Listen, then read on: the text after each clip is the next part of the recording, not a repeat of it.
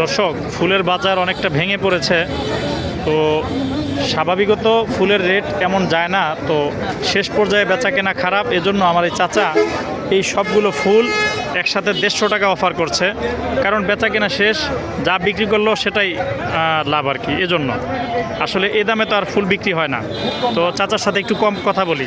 চাচা, আজকে কি ফুলের বাজার একটু খারাপ নাকি? খারাপ, খুব কম, অনেক দাম কম। অনেক দাম কম না? এর কারণটা কি মূলত? আমদানি বেশি। আমদানি বেশি, ফুলের আমদানি বেশি।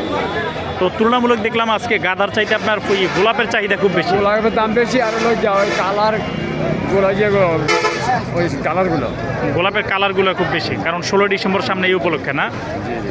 কাকা তো নিয়মিত হাট করেন না? প্রতিদিন আছে আমরা। যাক, আলহামদুলিল্লাহ। সকালবেলা বাজার আমরা আসছি অনেক দূর থেকে, নারায়ণগঞ্জ থেকে আপনাদের সাথে কথা বলতে বা আপনাদের বাজারটা দেখার জন্য। খুব ভালো লাগছে। বাজার ওই জায়গায়। আচ্ছা কাকা, দোয়া করবেন, আপনার জন্য দোয়া রইল। আল্লাহ হাফেজ। আসসালামু আলাইকুম।